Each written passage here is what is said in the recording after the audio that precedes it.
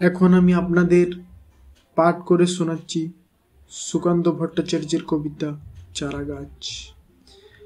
ভাঙা কুড়ে ঘরে থাকি, পাশে এক বিরাট প্রাসাদ। প্রতিদিন চোখে পড়ে সে প্রাসাদ, কি দুঃসহ স্পর্ধায় প্রত্যেক আকাশকে বন্ধুত্ব জানায়। আমি তাই চেয়ে চেয়ে দেখি আর মনে মনে ভাবি, এ অট্টালিকার প্রতি ইটের হৃদয়ে অনেক কাহিনী আছে অত্যন্ত গোপনে, ঘামের, রক্তের আর চোখের জলের।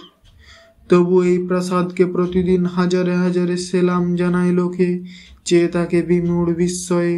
আমি তাই এ প্রাসাদে এতকাল ঐশ্বর্য দেখেছি উদ্ধত এক বুনিয়াদি কীর্তির মহিমা। হঠাৎ সেদিন চকিত বিস্ময়ে দেখি অত্যন্ত প্রাচীন সেই প্রাসাদের কার্নিসের ধারে অশ্বত্থ গাছের চারা।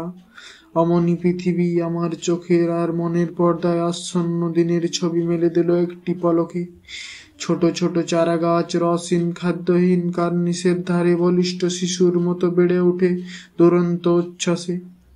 হঠাৎ চকিতে শিশুর মধ্যে আমি দেখি এক বৃদ্ধ মহিরুহ শিকড়ে শিকড়ে আনে অবাধ্য ফাটল।